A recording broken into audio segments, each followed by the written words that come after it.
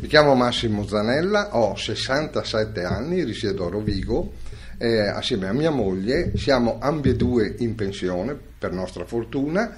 I miei anni di impegno politico sono molti, le cose che ricordo di più sono l'impegno in comune come amministratore, ma soprattutto con l'Ulivo, finito tragicamente per colpa dell'estrema sinistra, e adesso sono impegnato con Massimo Donadi in Diritti e Libertà insieme a Bruno Tabacci per una posizione di riformismo senza alzare la voce.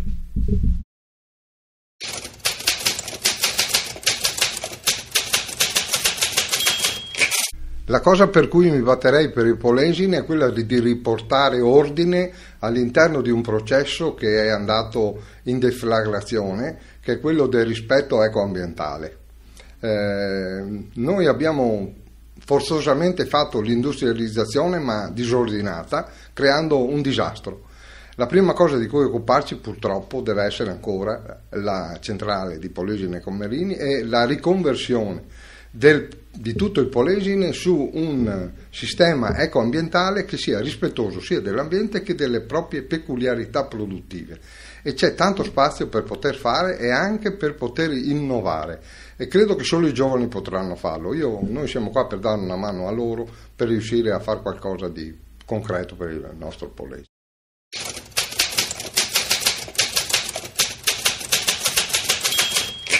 Allora, le 5 cose che ritengo siano fondamentali per il nostro Paese sono: prima, la riforma delle istituzioni, che parte naturalmente dai parlamentari, quindi anche la riduzione del numero dei parlamentari, l'eliminazione di cose scandalose come i privilegi e la riforma della giustizia e delle regioni a statuto speciale, non si capisce perché debbano ancora esistere.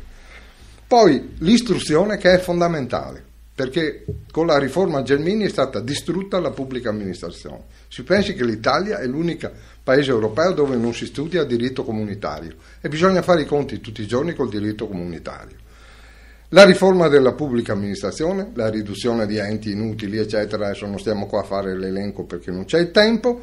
La riforma e la semplificazione del sistema di tassazione, compreso il catasto e le leggi urbanistiche che devono essere.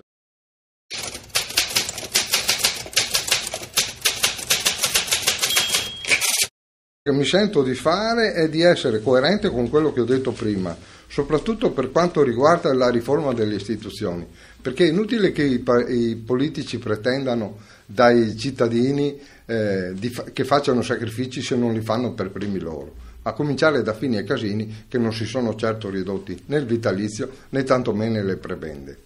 Anzi, hanno votato contro quando Donadi insieme a Borghesi presentò la richiesta dell'eliminazione del vitalizio per 2 volte. Io posso testimoniarlo perché ne ho scritto una parte di quel disegno di legge.